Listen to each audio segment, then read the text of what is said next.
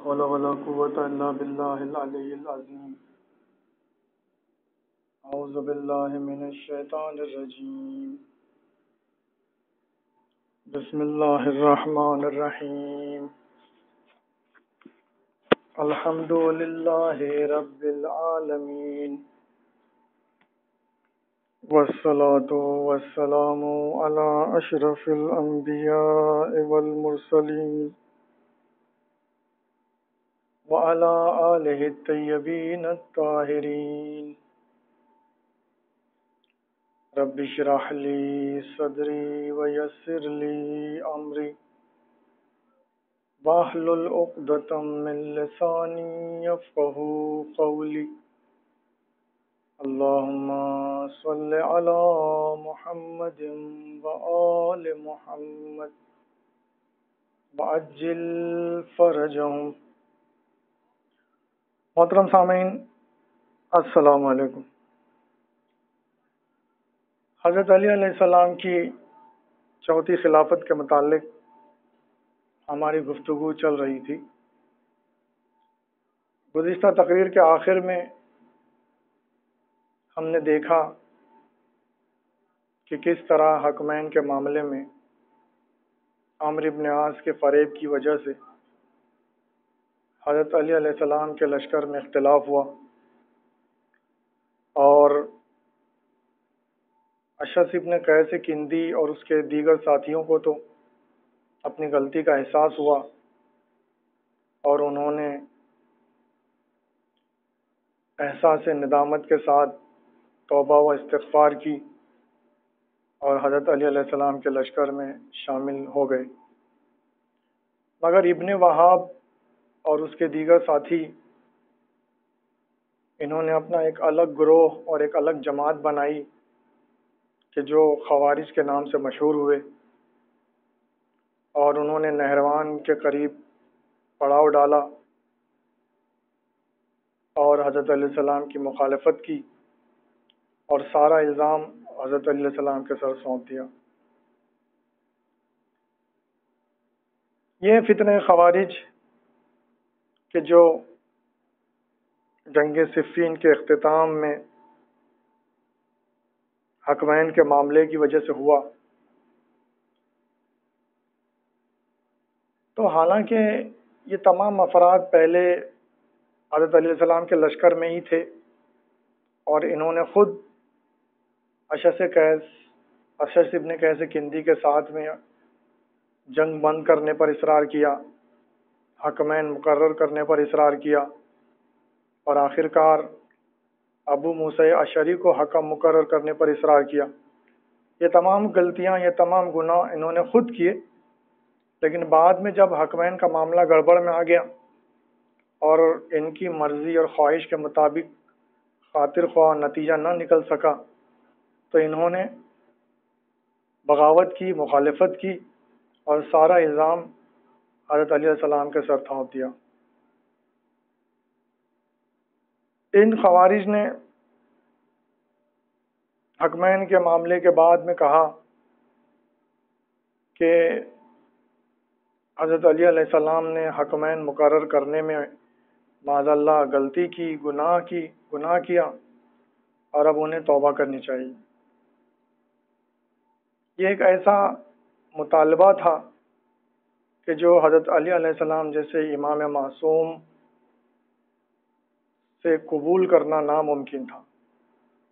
کیونکہ حضرت علیہ السلام عصمت کے حامل تھے، امام معصوم تھے. آپ سے کبھی بھی کوئی بھی غلطی یا گناہ نہیں ہو سکتا تھا. اور اس حکمین کے معاملے میں بھی تاریخ گواہ ہے اور واقعات شاہد ہیں کہ یہ غلطی بھی ان لشکر والوں کی ہی تھی. پہلی ہی مرحلے میں جنگ بند کرنا صحیح نہیں تھا، پھر حکمین مقرر کرنے کا اصرار، اور حکمین میں بھی ابو موسیٰ اشعری کو مقرر کرنے کا اصرار بھی انہی افراد نے کیا تھا. یہ تمام اپنی غلطیوں اور اپنے گناہوں کو حضرت علیہ السلام کے ساتھ ان لوگوں نے تھوپ دیا. اب تاریخ سے یہ بات ثابت ہے کہ ان کے اس مطالبے کے باوجود حضرت علیہ السلام نے ان کی بات نہ سنی، اقرار گناہ نہ کیا، توبہ نہ کی، جو اس بات کو ثابت کرتا ہے کہ واقعاً حضرت علیہ السلام امام معصوم تھے، آپ سے کوئی گناہ نہیں ہو سکتا تھا، آپ سے کوئی غلطی نہیں ہو سکتی تھی۔ اور تاریخ میں جب اس بات کا ذکر آ گیا اور تاریخ سے یہ بات جب ثابت ہو گئی کہ آپ نے، حالانکہ سیاسی اعتبار سے دیکھا جائے تو اپنے لشکر والوں کو اپنے ساتھ میں ملائے رہنے کے لیے اور دنیاوی نقطۂ نگاہ سے اور مادی نقطۂ نگاہ سے سیاسی تدبیروں اور اصولوں کی بنیاد پر ایک عام سیاستداں یہی کرتا کہ ان کے مطالبے کو مان لیتا اور انہیں اپنے سے الگ نہ ہونے دیتا۔ لیکن حضرت علیہ السلام امام معصوم تھے، آپ کا مطمع نظر آخرت تھا، نہ کہ دنیا اور نہ کہ دنیا کی حکومت اور سیاست۔ لہذا آپ نے ہمیشہ سے آخرت اور حق کو ترجیح دی اور کبھی بھی سیاست اور مصلحت پسندی پر عمل نہیں کیا۔ اب اس مسئلے میں ہم جب دیکھ رہے ہیں کہ تاریخ سے یہ بات ثابت ہو رہی ہے کہ حضرت علیہ السلام نے نہ اقرار گناہ کیا نہ توبہ کی، تو یہ تاریخی ثبوت جو آپ کی عصمت کو ثابت کر رہا ہے، وہیں پر آپ کے علاوہ دیگر خلفاء اور آپ کے درمیان میں کیا فرق ہے اس بات کو بھی واضح کر رہا ہے۔ کیونکہ ہم دیکھ رہے ہیں کہ اس سے پہلے تیسری خلافت کے موقع پر جب امت مسلمہ نے حضرت عثمان سے مطالبہ کیا تو انہوں نے باقاعدہ برسر ممبر اقرار گناہ کیا اور توبہ کا اظہار کیا اور اعلان کیا، اور واقعاً تاریخی طور پر بھی اور تمام پہلوؤں سے بھی وہ غلطیاں، وہ خامیاں کہ جو حضرت عثمان نے اپنے دور خلافت میں کی، خصوصاً اپنے فاسق و فاجر اقربا کو گورنر مقرر کرنا کہ جن میں سے ولید بن عقبہ جیسے شرابی نے نماز کی، صبح کی نماز 2 رکعت کی بجائے 4 رکعت پڑھ لی شراب کے نشے میں اور لوگوں کو باجماعت نماز پڑھا دی۔ تو یہ تمام واقعات یہ بات ثابت کرتے ہیں کہ حضرت علیہ السلام اور دیگر خلفاء میں بہت فرق تھا، اور دیگر خلفاء کی جو خامیاں اور غلطیاں جو تاریخ میں مذکور ہیں وہ ایک تاریخی ثبوت ہے اس بات کا، اور اس کے مقابل میں حضرت علیہ السلام کے بارے میں تاریخ میں ہمیں کہیں بھی کوئی ایسا واقعہ یا کوئی ایسی بات نہیں ملتی کہ جو آپ کی عصمت کے منافی ہو۔ اور نہ صرف یہ کہ حضرت علیہ السلام، بلکہ آپ کے بعد میں ہمارے دیگر 11 ائمہ کے متعلق بھی یہی بات ہے کہ نہ صرف یہ کہ قرآن اور حدیث اور دیگر عقلی و منطقی دلائل سے ان کی عصمت ثابت ہوتی ہے، بلکہ تاریخ کی بنیاد پر بھی۔ دیکھیے، تاریخ ایک ایسا علم ہے کہ جو کسی مذہب اور کسی فرقے کا مرہون منت نہیں، اور اس کا تعلق کسی خاص مذہب اور فرقے سے نہیں ہوتا، بلکہ یہ ایک مشترک علم ہے کہ جس میں صرف ماضی میں جو واقعات ہوئے انہیں قلم بند کیا جاتا ہے اور محفوظ کیا جاتا ہے۔ لہذا تاریخ کی بنیاد پر بھی ہمارے ائمہ کی عصمت ثابت ہوتی ہے، اور ہمیں کتب تاریخ میں، خواہ وہ ہماری کتابیں ہوں یا غیروں کی کتابیں ہوں، خواہ وہ معتبر و موثق کتابیں ہوں یا ضعیف اور مشکوک کتابیں ہوں، مگر کسی بھی کتاب میں، کسی بھی غیر معتبر اور مشکوک کتاب میں بھی ہمیں تاریخ یا دیگر علوم کی ایسی کوئی بات، ایسی کوئی روایت نہیں ملتی کہ جو ہمارے ائمہ کی عصمت کے منافی ہو اور جس سے معاذ اللہ ہمارے ائمہ کا گناہ کرنا یا غلطی کرنا ثابت ہوتا ہو۔ لہذا صرف تاریخ کی بنیاد پر بھی ہمارے ائمہ کی عصمت ثابت ہوتی ہے، اور کبھی بھی کسی بھی کتاب میں، کسی بھی روایت میں ایسی کوئی بات آپ کو نہیں ملے گی کہ جس سے معاذ اللہ ان کا کوئی غلطی کرنا یا خامی ان کی یا ان کا معاذ اللہ کوئی گناہ ثابت ہوتا ہو۔ بہرحال تو یہ ایک ایسی تاریخی حقیقت ہے کہ جس کا کوئی انکار نہیں کر سکتا۔ اب ان خوارج نے نہروان کے مقام پر پڑاؤ ڈالا اور ان سے کافی بات چیت ہوئی، کافی مذاکرات ہوئے۔ حضرت علیہ السلام نے کافی قاصدوں اور سفیروں کو روانہ کیا، کافی خطوط روانہ کیے، کافی افراد کو سمجھانے بجانے کے لیے بھیجا، لیکن یہ کسی بھی حال میں راضی نہیں ہوئے، اور اس دوران میں واقع عبداللہ ابن خباب پیش آیا۔ عبداللہ ابن خباب حضرت صلی اللہ علیہ وسلم کے ایک غیر معروف صحابی کے بیٹے تھے۔ یہ اپنی حاملہ زوجہ کو لے کر سفر کر رہے تھے، اور سفر کے دوران میں ان کا گزر نہروان کے مقام سے ہوا کہ جہاں پر ان خوارج نے پڑاؤ ڈالا ہوا تھا۔ یہ تمام خوارج ان کو گھیر لیتے ہیں اور یہ سفر کے دوران میں سفر نامہ پڑھ رہے تھے لہن میں، دھن میں، اور ان کا جبہ گھٹنوں اور ٹخنوں کے درمیان میں تھا۔ تو یہ لوگ جو کہ مذہب میں انتہائی شدت پسند واقع ہوئے تھے، اور ان کا خشک اور جامد اور مذہب جو تھا اور ان کا نظریہ جو تھا، انہیں ہر چھوٹی سی چھوٹی بات کو بھی بڑا بنانے پر مجبور کر دیتا تھا، اور وہ رائے حق سے منحرف ہو چکے تھے، اور شدت پسندی اور تعصب کی وجہ سے انہیں نور ہدایت نظر نہیں آتا تھا۔ تو اب اس مسئلے میں بھی انہوں نے عبداللہ ابن خباب پر اعتراض کیا کہ تم سفر نامہ کیوں پڑھ رہے تھے، تمہارا جبہ اتنا ٹخنوں سے اتنا اوپر کیوں ہے، وغیرہ وغیرہ۔ حالانکہ یہ دو معاملات میں جو انہوں نے اعتراض کیا، تو اسلامی احکام کے مطابق عبداللہ ابن خباب نے کوئی غلطی نہیں کی، کیونکہ سفر نامہ کے جو ایسی دھن اور ایسی لہن میں پڑھا جائے، یا جیسے ہم لوگ نوحہ، مرثیہ یا سلام یا نعت وغیرہ جو پڑھتے ہیں، تو یہ تمام چیزیں ان کی دھنیں، ان کے لہن اگر گانوں کی دھنوں سے ملتی جلتی نہ ہو اور ان میں میوزک شامل نہ ہو تو وہ جائز ہے، اس کو پڑھنے میں کوئی کباہت نہیں ہے۔ اور اسی طریقے سے اسی بنیاد پر قدیم زمانے میں عرب سفروں کے دوران میں سفر نامے پڑھا کرتے تھے کہ جس میں میوزک نہیں ہوتی تھی، جن کی دھنیں گانوں سے اور غنا سے ملتی جلتی نہیں ہوتی تھی۔ تو اس لحاظ سے سفر نامہ پڑھنا عبداللہ ابن خباب کا کوئی غلط کام نہیں تھا۔ اور رہا معاملہ جبے کا، تو اسلامی احکام کے مطابق مرد پر جو بدن کے حصے چھپانا واجب ہیں، ان کی وہ جو ہیں وہ ناف سے لے کر گھٹنے تک کا حصہ ہے، اور گھٹنے کے نیچے اور ناف کے اوپر اگر مرد کا بدن اگر بڑھانا ہے تو اس میں کوئی قباحت نہیں ہے، اسلامی حساب سے وہ حرام نہیں ہے۔ انہوں نے جو اعتراض کیا کہ ٹخنوں سے اتنا اونچا کیوں، حالانکہ ان کا جبہ گھٹنوں سے نیچے تھا اور اسلامی حکم کے مطابق تھا، مگر انہوں نے پھر اس پر بھی شدت پسندی کی وجہ سے اعتراض کیا۔ اب اس طریقے سے انہوں نے مختلف سوالات کیے ان سے، اور آخر کار حضرت علیہ السلام کے بارے میں سوال کیا۔ ان کو اور ان کی زوجہ کو یہ لوگ چھاؤنی میں لے کے آتے ہیں اپنے، اور حضرت علیہ السلام کے بارے میں سوال کرتے ہیں کہ بتاؤ حضرت علیہ السلام حکمین سے پہلے کیا تھی اور حکمین کے بعد کیا ہوئے۔ تو یہ چونکہ محب علی تھے، چاہنے والے تھے، شیعہ علی میں ان کا شمار ہوتا تھا، انہوں نے کہا کہ میرا آقا و مولا ہمیشہ ہر حالت میں حق پر ہوتا ہے، اور وہ کبھی بھی کوئی غلطی اور گناہ نہیں کر سکتا۔ اور جب ان لوگوں کو پتہ چلتا ہے کہ یہ محب علی ہے، شیعہ علی ہے، تو یہ لوگ آخرکار عبداللہ ابن خباب کا قتل کر دیتے ہیں، اور نہ صرف یہ کہ ان کا قتل کر دیتے ہیں بلکہ ان کی زوجہ کا بھی قتل کر دیتے ہیں، اور ان کے شکم میں جو بچہ رہتا ہے اس کو بھی پیٹ پھاڑ کر نکال کر قتل کر دیتے ہیں۔ اور یہ ایسا دردناک اور المناک واقعہ ہے کہ جو تاریخ کا مطالعہ کرنے والوں کو متاثر کیے بغیر نہیں رہ سکتا۔ یہ تھی ان کی دینی شدت اور تعصب پسندی، اور ان کی سخت اور خشک اور جامد مذہبی حس۔ بہرحال اب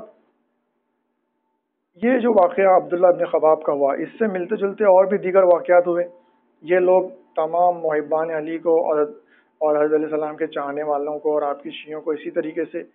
قتل کرتے رہے، ظلم و ستم کرتے رہے، اور حتیٰ کہ وہ سفیر اور قاصد کہ جو حضرت علیہ السلام کی طرف سے جایا کرتے تھے خطوط لے کر،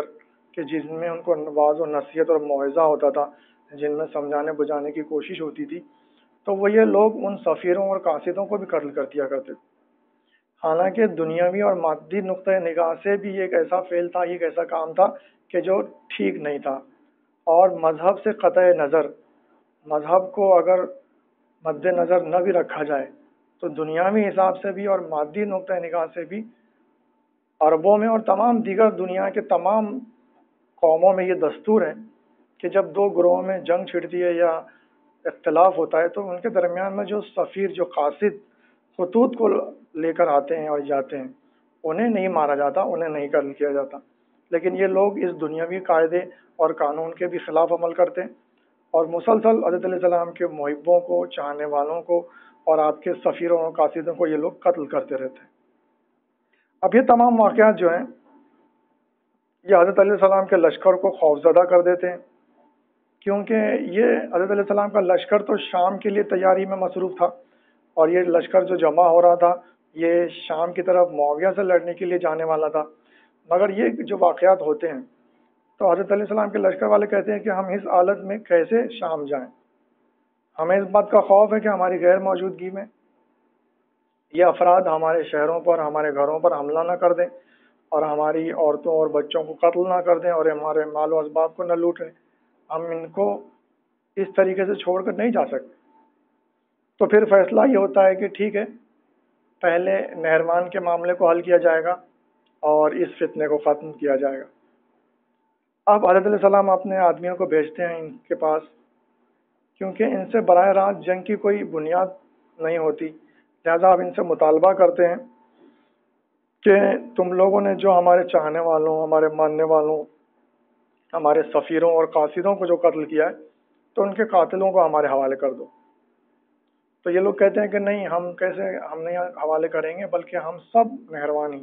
ہم تمام خوارج ان کے قاتل ہیں، ہم نے سب نے مل کر ان کا قتل کیا ہے، کوئی مخصوص گنے چنے افراد نے قتل نہیں کیا ہے، اور اگر حضرت علیہ السلام کو قاتل چاہیے، قصاص چاہیے، تو انہیں ہم سے جنگ کرنا پڑے گی، ہم سب سے مل کر جنگ کرنا پڑے گی۔ اب جنگ لازمی ہو جاتی ہے اور جنگ کے علاوہ کوئی چارہ نظر نہیں آتا۔ لہذا اس موقع پر حضرت علیہ السلام فرماتے ہیں کہ مجھے حضرت صلی اللہ علیہ وسلم سے یہ پیشگوئی ملی ہے کہ یہ جو افراد ہیں، یہ ان لوگوں سے جب جنگ ہوگی تو ان کے لشکر میں سے 10 آدمی بھی نہیں بچیں گے اور ہمارے لشکر میں سے 10 آدمی بھی نہیں مارے جائیں گے۔ اور جیسا کہ ہم نے بتایا کہ عبداللہ ابن عباس جب ان سے ملنے کے لیے گئے، ان کو سمجھانے کی انہوں نے کافی کوشش کی، تو اس موقع پر انہوں نے بھی وہی حدیث اور وہی پیشگوئی حضرت صلی اللہ علیہ وسلم کی ان کو بتائی کہ حضرت نے فرمایا کہ جس طرح میں نے قرآن کے نازل ہونے پر جنگ کی، اسی طرح میرا وسیع اور خلیفہ و جانشین قرآن کی تفسیر و تعویل و تشریح کے متعلق جنگ کرے گا۔ اور لوگوں نے جب پوچھا کہ وہ کون ہوں گا، کیا وہ عمر ہوں گے، ابو بکر ہوں گے، تو آپ نے فرمایا نہیں، بلکہ وہ جو میری جوتی درست کر رہا ہے۔ اور جب لوگوں نے دیکھا تو حضرت السلام تھے کہ جو حضرت صلی اللہ علیہ وآلہ وسلم کی جوتیوں کو درست کر رہے تھے۔ بہرحال تو یہ تمام پیش گوئیاں اس لشکر اور اس گروہ کے متعلق پہلے سے تھیں، اور حتیٰ کہ حضرت صلی اللہ علیہ وسلم نے ان کے بارے میں اور بھی بہت سی چیزیں ارشاد فرمائیں۔ آپ نے کہا کہ یہ ایسا گروہ ہوگا کہ جن کی نمازوں اور روزوں کے آگے تم اپنے نمازوں اور روزوں کو حقیر اور کمتر جانو گے، یعنی یہ بہت زیادہ نمازیں پڑھنے والے، روزے رکھنے والے ہوں گے، اور قرآن یہ پڑھیں گے لیکن قرآن ان کی حلق سے نہیں اترے گا، یعنی بالکل بس رٹو طوطے کی طرح یہ قرآن پڑھیں گے اور قرآن کے حقیقی معنی، اس کی آیتوں کی صحیح تفسیر و تعویل سے یہ ناواقف ہوں گے۔ اور یہ بات بھی حقیقت ہے، کیونکہ انہوں نے لا حکم الا للہ، جو قرآن کی ظاہری الفاظ ہیں اور قرآن کی ایک آیت ہے، اس کو اپنا شعار اور اپنا نعرہ بنایا، لیکن اس کی حقیقی تفسیر و تعویل سے ناواقف رہے، اور اسی کی وجہ سے وہ اس اختلاف اور اس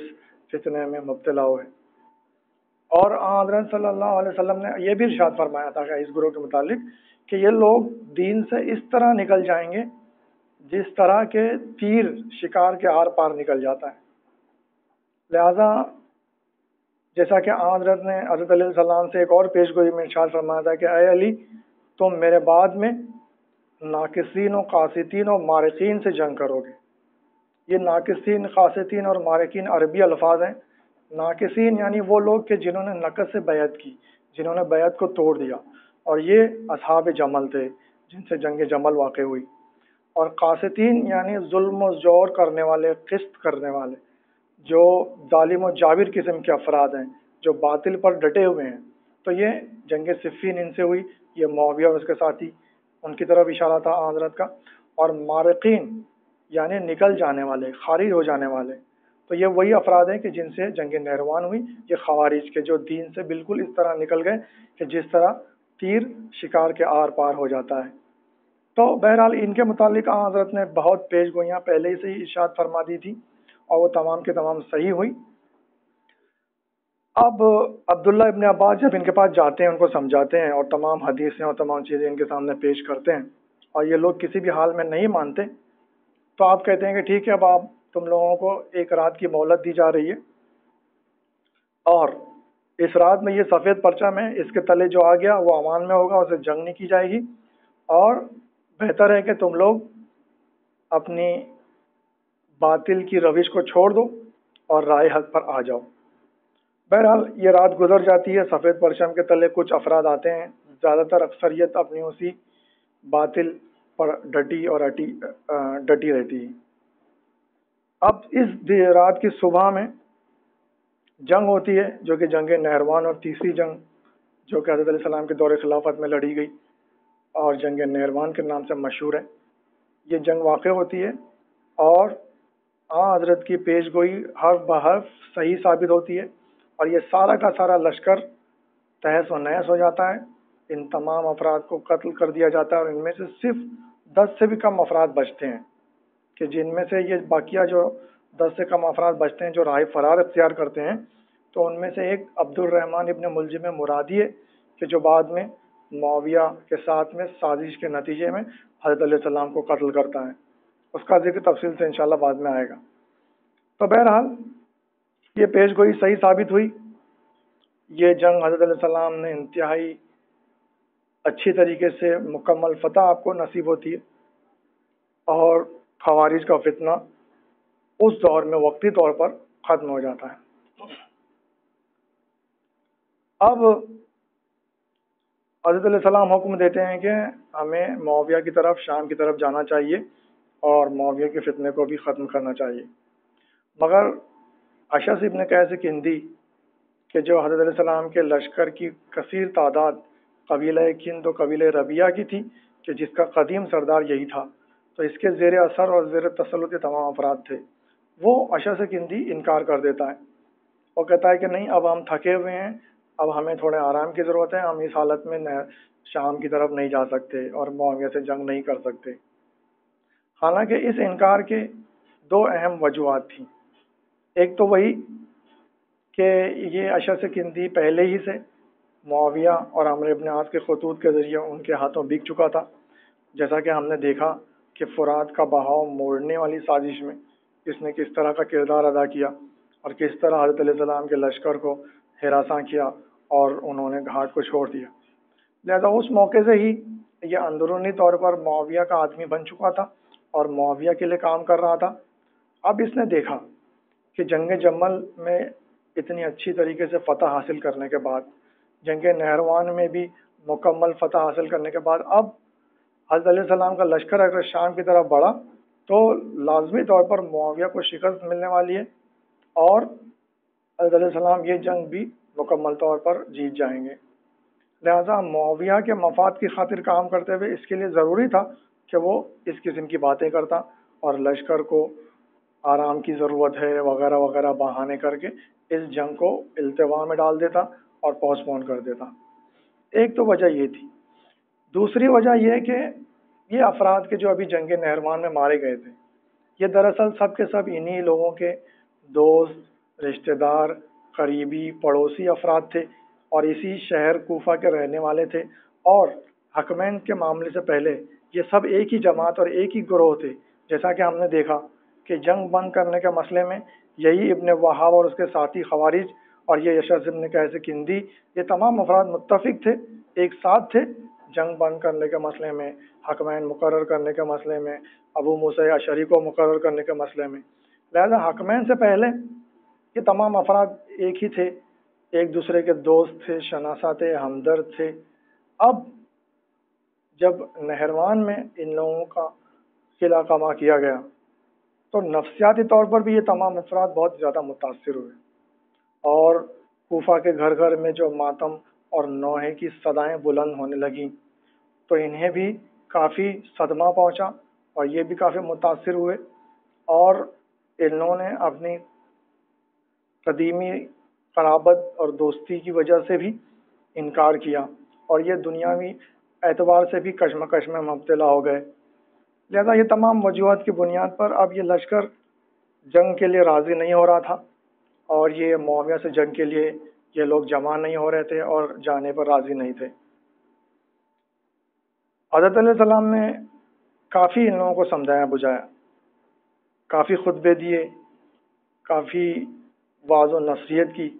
لیکن یہ تمام افراد ٹس سے مس نہ ہوئے۔ خطبوں کے دوران میں یہ ایسے بیٹھے رہتے تھے جیسے کہ گویا سوئے ہوئے ہوں یا بے جان پتلوں کی مانند، اور ان پر کسی بھی واعظ و نصیحت کا اثر نہیں ہوتا تھا۔ اور یہ نہروانیوں کے قتل سے اور ان کے تہس نہس ہونے سے جو نفسیاتی طور پر یہ متاثر ہوئے تھے، اس کو ظاہر کرنے کے لیے حضرت السلام نے اپنے خطبوں میں یہ بات بھی کہی کہ میں نے فتنے کی آنکھ پھوڑ دی ہے اور میرے علاوہ یہ کام کوئی اور کر بھی نہیں سکتا تھا۔ تو یہ دراصل ان کو سمجھانے بجھانے کے لیے تھا، کیونکہ نہ صرف یہ ان کا معاملہ تھا بلکہ آج بھی 14 سال گزر جانے کے بعد ان وہابیوں کو دیکھ کر اور ان کی نمازوں روزوں اور قرآن کی تلاوت اور دین کے ظاہری اعمال کی پابندی کو دیکھ کر اکثر لوگ متاثر ہو جاتے ہیں اور انہیں حق پر سمجھتے ہیں اور سوچتے ہیں اور سمجھتے ہیں کہ یہی دین حق پر گامزن ہے اور انہی کا مذہب صحیح ہے۔ اور یہی وجہ ہے کہ اس قدیم زمانے میں بھی ان خوارج کی پیشانیوں پر سجدوں کے گٹوں کے نشان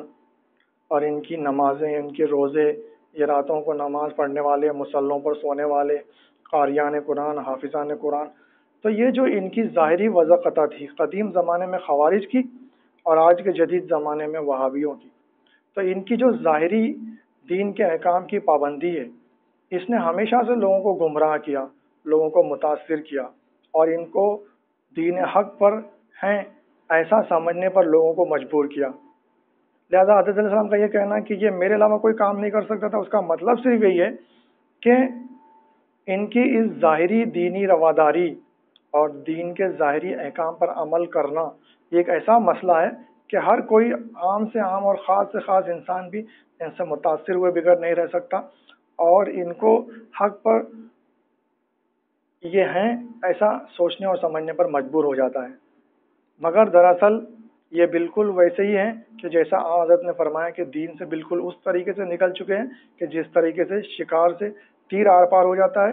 ان کا دین سے کوئی تعلق نہیں۔ یہ قرآن پڑھتے ہیں لیکن قرآن ان کے حلق سے نیچے نہیں اترتا، یہ رٹو ٹودری کا قرآن پڑھتے ہیں لیکن قرآن کی حقیقی معرفت اور اس کی آیات اور اس کی تفسیر و تعویل سے یہ ناواقف ہیں۔ اور ان کے دینی ظاہری احکام پر مت جاؤ، ان کی نمازیں اور ان کے روزوں کے آگے تم اپنی نمازوں کو حقیر کا سمجھو گے، کمتر سمجھو گے، یعنی یہ آپ نے پہلے ہی فرما دیا تھا کہ یہ گروہ ایسا ہوگا کہ جو ظاہری داری پر عمل کرتا ہوگا لیکن اس کے باوجود یہ دین سے خارج ہوگا، یہ مارک ہوگا، یہ مارکین ہوں گے، ان کا دین سے کوئی تعلق نہیں ہوگا۔ لہذا اسی وجہ سے آپ نے کہا کہ میں نے فتنے کی آنکھ پھوڑ دی اور میرے علاوہ یہ کام کوئی کر بھی نہیں سکتا تھا۔ لہذا آج کے دور میں بھی وہ تمام افراد کہ جو یہ سمجھتے ہیں کہ دین کے ظاہری احکام پر عمل کرنے سے اور ظاہری تقوی اور پرہیزگاری کی وجہ سے اور یہ تمام دین کے احکام پر عمل کرنے کی وجہ سے انہیں اگر نجات مل جائے گی تو وہ دراصل بہت بڑی غلط فہمی میں مبتلا ہیں اور خوش فہمی میں مبتلا ہیں، کیونکہ یہ دین کے ظاہری اعمال پر پابندی، یہ تقوی اور پرہیزگاری انہیں کوئی کام نہیں دے گی جب تک کہ ان کے عقائد صحیح نہ ہوں۔ جب تک عقیدہ صحیح نہ ہو، عمل خواہ کتنا ہی اچھا کیوں نہ ہو انسان کو فائدہ نہیں پہنچا سکتا۔ اور اس بحث کو مختصر کرنے کے لیے ہم صرف ایک مثال دیں گے کہ ہم مسلمانوں کے علاوہ کافرین، مشرکین، عیسائیوں، یہودیوں اور دیگر مذاہب اور قوموں کے افراد بھی نیک اعمال کرتے ہیں، سچ بولتے ہیں، صحیح جائز طریقے سے کماتے ہیں، حلال کمانے کی کوشش کرتے ہیں اور دیگر اچھے احکام، صدقہ و خیرات کرتے ہیں وغیرہ وغیرہ۔ تو کیا ان تمام اچھے کاموں کی وجہ سے یہ جنت میں جانے کے قابل ہیں؟ نہیں، جب تک ان کا عقیدہ صحیح نہیں ہوگا، جب تک یہ مسلمان نہیں بنیں گے، جب تک یہ توحید اور نبوت اور قیامت کو نہیں مانیں، ان کے یہ تمام اچھے اعمال انہیں جنت میں لے جانے کے مستحق نہیں قرار دیں گے۔ ہاں، ان کو ان کے نیک اعمال کی وجہ سے خداوند متعال چونکہ عادل ہے تو ان کے اعمال کو رائگاں نہیں کرے گا، ضائع نہیں کرے گا، دنیا میں اس کا اجر و ثواب دے دیا جائے گا۔ ان کے تمام اچھے اعمال کی وجہ سے انہیں دنیا میں آسائشیں اور سہولتیں مہیا کر دی جائیں گی، نعمتیں دے دی جائیں گی، لیکن آخرت میں ان کا نجات پانا، جنت میں جانا ناممکن ہے۔ اسی طریقے سے ہم مسلمانوں کے فرقوں میں بھی، جیسا کہ خود حضرت نے فرمایا کہ 73 فرقے ہوں گے، ان میں سے صرف ایک ہی فرقہ ناجی ہوگا، جنت میں جائے گا، بقیہ 72 فرقے جہنمی ہوں گے۔ نجات نہیں پائیں گے، جنت کے مستحق نہیں قرار پائیں گے۔ تو یہ تمام دیگر افراد کہ جن کے عقائد صحیح نہیں ہیں، جو فرقہ ناجیہ کے مطابق جن کے عقائد نہیں ہیں، جو اللہ اور رسول کے بعد میں علی اور اولاد علی میں سے 11 ائمہ کی امامت کو نہیں مانتے، وہ دراصل عقائد کی بنیاد پر ناقص ہیں، ان کا ایمان، ان کا یقین نامکمل ہے، اور وہ نصاب ایمان پر مکمل نہیں اترتے، پورے نہیں اترتے، وہ مومنین کے گروہ میں داخل نہیں کیے جائیں گے۔ جنت جو ہے وہ صرف مومنین کے لیے ہے۔ مومنین کے گروہ میں داخل ہونے کے لیے، نصاب ایمان کو مکمل کرنے کے لیے، اللہ و رسول کے بعد میں علی و اولاد علی میں سے دیگر 11 ائمہ کی امامت اور ولایت کو ماننا انتہائی ضروری ہے۔ اس کے بغیر نصاب ایمان مکمل نہیں، انسان مومن کے گروہ میں شامل نہیں۔ لہذا اس بنیاد پر یہ دیگر فرقے والے اور دیگر افراد کہ جو عقائد کی بنیاد پر مکمل نہیں ہیں، تو چونکہ ان کے عقیدے صحیح نہیں ہیں، ان کا عقیدہ صحیح نہیں ہے، لہذا اس بنیاد پر چونکہ وہ مومنین کے گروہ میں نہیں شامل ہیں، لہذا اس بنیاد پر انہیں نجات ملنا اور جنت ملنا ناممکن ہے۔ اب ان افراد کی بھی تمام ظاہری تقوی و پرہیزگاری، تمام نمازیں، روزے، قرآن، حج، زکوٰۃ وغیرہ وغیرہ، یہ تمام چیزیں انہیں آخرت میں کوئی فائدہ نہ دے گی، انہیں جنت اور نجات کا مستحق نہیں قرار دے گی۔ ہاں، دنیا میں ان اعمال کی اجر و ثواب کے طور پر خداوند متعال انہیں آرام، آسائشیں، سہولتیں، نعمتیں، راحتیں مہیا کر دے گا، مگر آخرت میں ان کے لیے کوئی حصہ نہیں ہے۔ اور یہ تمام چیزوں کو کنکلوڈ کرنے کے لیے حضرت کی وہی حدیث کام آتی ہے کہ جس میں آپ نے فرمایا کہ اے علی، اگر کوئی شخص زندگی اس کی 1000 سال سے زیادہ ہو اور وہ اپنی پوری زندگی اس طریقے سے گزارے کہ راتوں کو رات بھر جاگ کے نماز پڑھے، دنوں میں روزہ رکھے، اور پا پیادہ سفر کرے، پیدل جائے، سفر کرے، حج کرے، اور حج کے دوران میں، حج میں حالت سعی میں، صفا و مروہ کے درمیان میں سعی کرتے ہوئے مظلومیت کی حالت میں شہید کر دیا جائے۔ تمام الفاظوں پر غور کیجیے سامعین۔ اب اس کے باوجود آپ فرماتے ہیں کہ اگر اے علی تمہاری محبت اور ولایت اس کے دل میں نہ ہو تو وہ جنت کی خوشبو تک نہیں سونگھ سکتا۔ اب جیسا کہ ہم نے محبت اور دوستی والی تقریر میں اور دیگر ہماری تقریروں میں اس بات کو واضح کیا کہ حضرت علیہ السلام کی دوستی اور محبت کا مطلب یہ ہے کہ انہیں حضرت صلی اللہ علیہ وسلم کے بعد میں پہلا خلیفہ ماننا، اور وہ حق اور وہ منصب کہ جو خدا و رسول نے انہیں دیا ہے اس کو قبول کرنا۔ اس کے قبول کیے بغیر ہم کتنا ہی دوستی اور محبت کا دعویٰ کریں، ہمارا دعویٰ صرف دعویٰ ہے، وہ ثابت نہیں ہوگا، وہ حقیقت نہیں بن سکتا، اس کی بنیاد پر ہمیں نجات نہیں مل سکتی۔ لہذا یہ چیزیں ہیں تمام اپنی حقیقتیں کہ جن پر انسان کو ٹھنڈے دل سے غور کرنا چاہیے، اور اسی بنیاد پر یہ حقیقت ثابت ہوتی ہے کہ سوائے فرقہ ناجیہ کے عقائد کے اگر دیگر فرقوں کے افراد ہیں تو ان کے وہ ظاہری اعمال، وہ ظاہری تقوی اور پرہیزگاری، وہ تمام چیزیں انہیں دنیا میں تو فائدہ دیں گی، لیکن آخرت میں نجات اور جنت ان کو ملنا ناممکن ہے۔ لہٰذا سامعین، یہاں پر آ کر ہماری آج کی تقریر ختم ہو رہی ہے، اور انشاءاللہ آئندہ تقریر میں سلسلہ بیان کو آگے بڑھایا جائے گا۔ وما علینا الا البلاغ المبین، والحمد للہ رب العالمین،